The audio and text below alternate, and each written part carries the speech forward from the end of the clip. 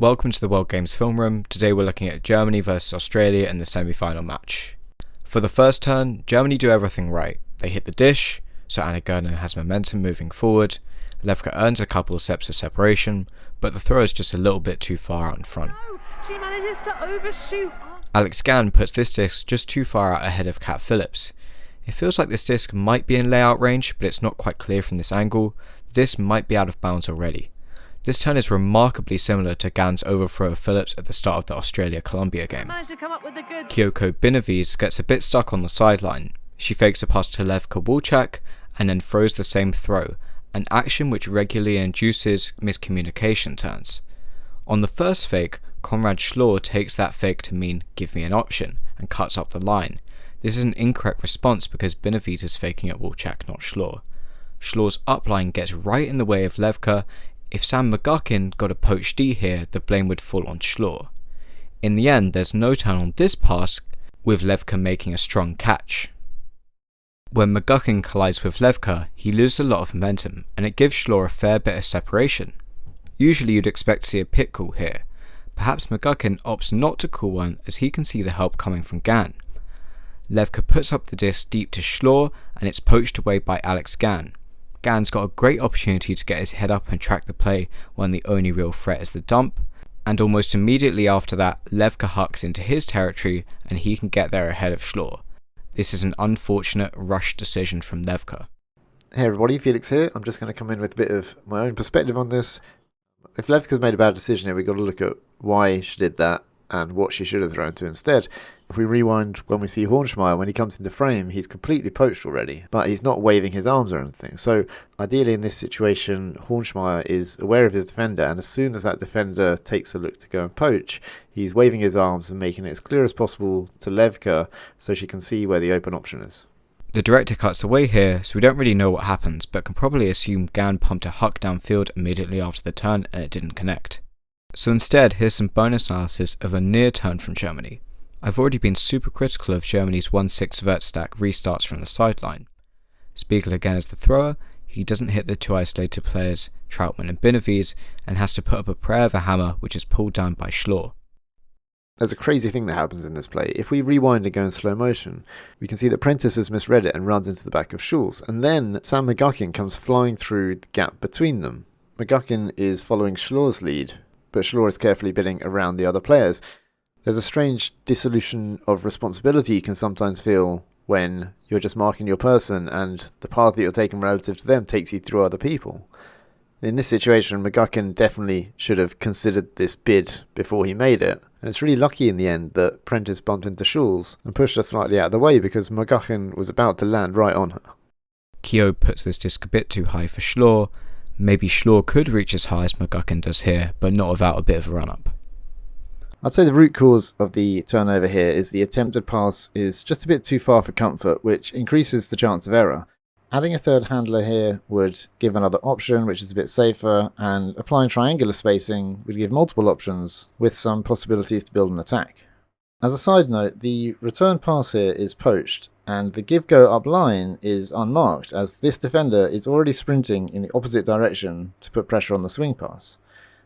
This sideline play is normally frowned upon due to the lack of space on the sideline, but again consider the situation if the team were applying triangular spacing principles. After the give and go, there'd be so much space downfield that it's a great attack and is way more likely to lead to a score than the swing pass. That's McGuckin tipping it out of bounds. McGuckin passes this up the sideline, but Tullett fumbles the toe-in catch.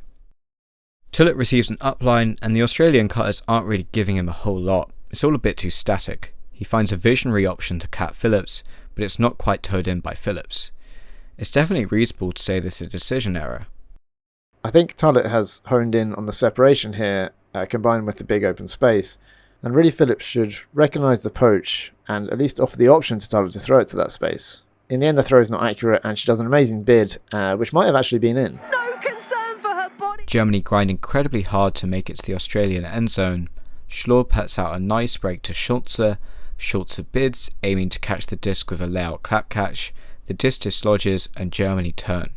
I think the problem here is with Schulz's clap catch technique. If you see the direction she's running and having to dive forward towards the disc like that, If she was able to rotate her chest so that the disc was coming into it, then it would definitely be a left hand on top clap catch. Instead, she goes right hand on top, which means she can't rotate the chest, and the disc bounces off the underside of her arm. There's no real backboard to it, and it goes to the floor. Kyoko Benavis with the block of the tournament, an unreal head-high layout poach D. It doesn't get better than that. That block is converted, and Germany take half 7-5. She does get a tip to it. Stefan Döscher makes the sag on the sideline for Germany. Döscher is very backhand dominant, so is really looking to get the disc back into the centre of the field quickly. He puts up the disc that asks a lot of overthrow, and it gets past Alex Ladomatos, but not past Alex Shepard, who poaches in to help. Döscher could have taken the shot to Schulz instead, but probably should just holster and wait for an easier option later in the stall. Cat Phillips gets the disc on the sideline and cranks it deep, but Lena Troutman makes a heroic block, putting her body on the line. The disc is deflected and secured by Katarina Schulz. Notice how far off Troutman is on this block. Standing further back can be better for blocking hucks and generally trying to prevent throws to a smaller region of the field, which in this case is straight down the line. The thing that stands out to me in this clip is Phillips' auto fake and outwards pivot after catching the disc. That first second after you catch the disc is crucially important, and if anything, this auto fake tells Troutman that Phillips isn't going to throw up the line, so therefore she's able to pinch closer into the centre and get the D. Oh my goodness! Schulz then centres to Spiegel, who immediately passes it back to the Aussies. Spiegel first looks downfield and then turns to find an open player to continue the fast break. From his perspective, Torben Haunchmeyer looks free, but Alex Shepard is closing the window fast.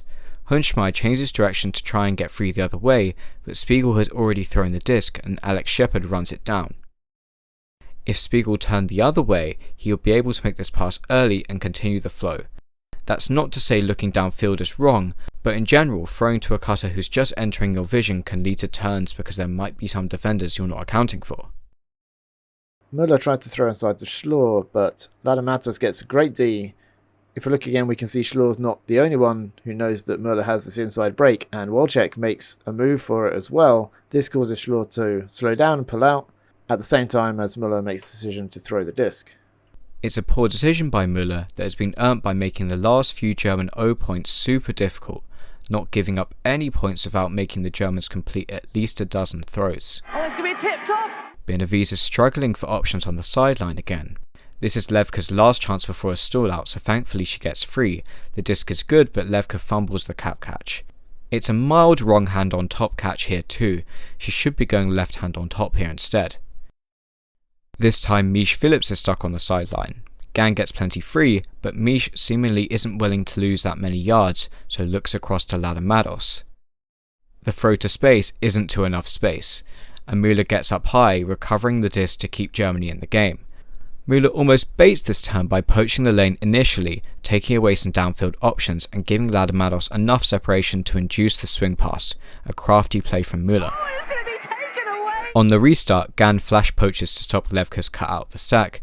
Similarly to the last turn, this gives Mueller some separation and Garner puts up a floaty swing. Gan closes the distance and rises to swat the disc out of play. It would have been fun to see Mueller not hesitate and take on the aerial battle with Gan, but ideally Garner doesn't loop this pass into the air as much and Gan doesn't have a look at this pass at all. When Karo Ma engages Tulle as the dump, Döscher understands that Tulle is the only real threat, so he poaches off Gan and gets involved. When the swing pass goes, Döscher drives to the inside and manages to get to the disc first, but commits what is pretty undeniably a receiving foul. Luckily for Team Germany, Tulle doesn't make the call. Mueller comes in for the injured Döscher, and then he passes to Mueller to send it to Universe. Phillips, Tulle and Prentice grind up the field and Levke takes the win for Australia. Easy pass for the goal! What are the takeaways from this game? The Aussies' defensive pressure was excellent, especially at the start of the second half. 7-5 is a huge lead in this format and they really earned their way back into the game, making life difficult for the Germans. It felt like Germany were a little more tired and not quite as explosive and decisive as in their other games. Another takeaway is just how much the sideline played into the turnovers for both teams. Both teams really struggled to get the disc off of the sideline, even with a flat force, which most would consider easier than being trapped on the sideline. Throwers struggled to find a safe pass back into the centre of the field. These turns tended to come more from the cutting-minded players, And it wasn't that the cuts got completely shut down, it was more like many players were semi-free and there was a lack of confidence and some indecision at times. The Australians also struggled with catching the disc on the sidelines, and that's a trend in both this game and their game versus Colombia in pool play.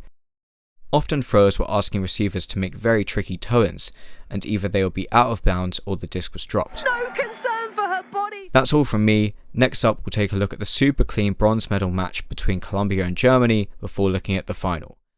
See you next time. Sebastian Spiegel really pressuring that throw.